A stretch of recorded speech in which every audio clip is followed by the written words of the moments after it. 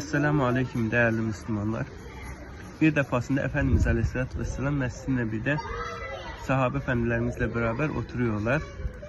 O sırada birisi Efendimiz Aleyhisselatü Vesselam'a bir üzüm getiriyor, üzüm ikram ediyor.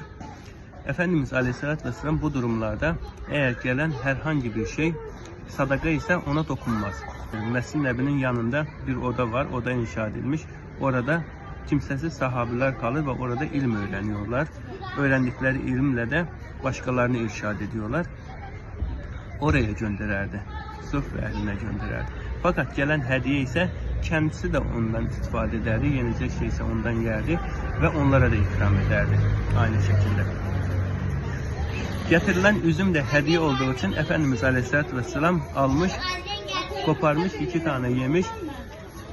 Fakat kimseye ikram etmemiş bu sefer.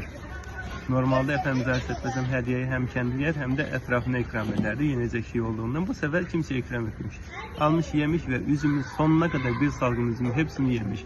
Etraftaki sahabe efendilerimiz yani şöyle hayret etmişler ki Allah'ın Resulü Aleyhisselatü Vesselam hiçbir zaman böyle yapmazdı yani. Böyle bir durum oldu mu herkese ikram ederdi. Daha sonra Efendimiz Aleyhisselatü Vesselam'a sormuşlar yani böyle meraklarına hikmetinden yani.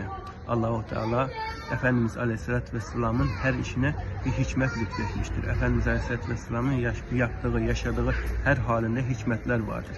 Yani sahabe efendilerimiz de hikmetini bilmek için sormuşlar. Ya Resulullah siz böyle yapmazdınız ya, siz şimdi üzüm getirirdi. Hepsini yediniz, kimseye ikram etmediniz. Efendimiz Aleyhisselatü Vesselam buyurmuş ki ya şimdi getirilen yüzüm ekşiydi. Şimdi o iyi, hoş niyetiyle getirmiş, şöyle içtenlikle getirmiş ve kendisi de mutlu olmuş hediye ettiğinden dolayı, yüzüm getirdiğinden dolayı da. Şimdi ben onu ikram etseydim olabilir de gayri irade olarak sizden birisi o üzümün ekşiliğinden dolayı şöyle yüzünü ekşiterdi de o üzümü getirene ayıp olurdu, o da üzülürdü.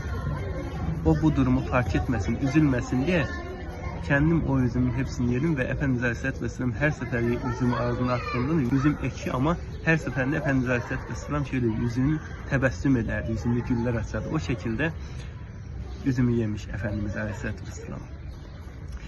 Bu en güzel ahlaktır. Efendimiz Aleyhisselatü Vesselam'ın bizlere örnek olduğu en güzel ahlaktır değerli Müslümanlar. Çok güzel bir lütuftur. Çok güzel, Allah'tan çok güzel bir lütuftur. Rabbim bizlere de lütfetsin böyle güzellikleri değerli Müslümanlar.